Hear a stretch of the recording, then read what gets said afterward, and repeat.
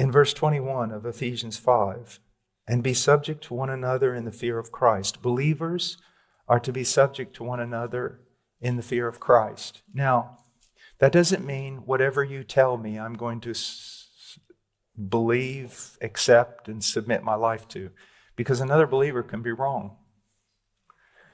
But the idea that I want you to see is, first of all, not my wife and I as husband and wife, but I want you to see two believers, because that's what we are.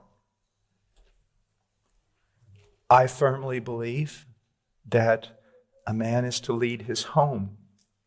So believe that when I say that, I do. But I'm also subject to my wife as a fellow believer.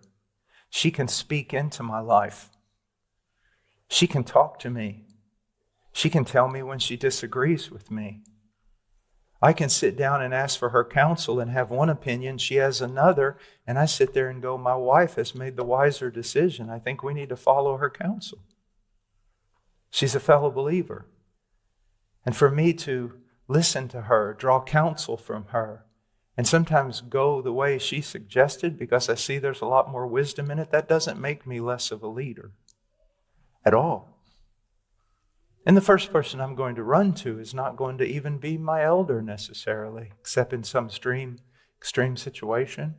But with regard to me and my family, I'm going to run to my wife and we're going to talk and I'm going to listen. I'm going to listen. And when I don't, I recognize I'm in sin. She is a fellow believer. I don't complete her. I know that shocks you. I hear these preachers, your husband completes you. Ma'am, if your husband can complete you, you're lost. You're not a Christian. Only Christ can complete you. Don't put your husband there. He's going to fail every time on that job. My wife doesn't complete me and I don't complete her. Christ completes us. I'm not going to put the pressure on her. You've got to complete me. All right? We're both believers. Another thing, I am not my wife's mediator. She doesn't need a mediator between Christ and herself.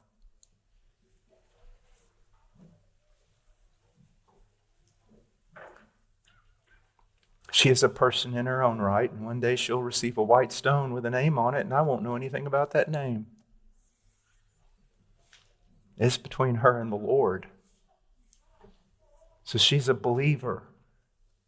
My wife also doesn't need to go to one of those silly women's conferences that's entitled, If the World Gives You Lemons, Learn How to Make Lemonade. My wife needs theology because she's a believer, and women grow in grace the same way men do, through the study of Scripture. Scripture. My wife needs Scripture. And my wife can talk to me about Scripture. And my wife can actually instruct me in Scripture. Doesn't mean she's taking authority over me or being my head or anything. She doesn't walk behind me. She doesn't walk in front of me. She walks beside me. She's not lesser. She's different. She's a helper. But obviously there's something she's got I really need, because God said I'm not going to make it without her.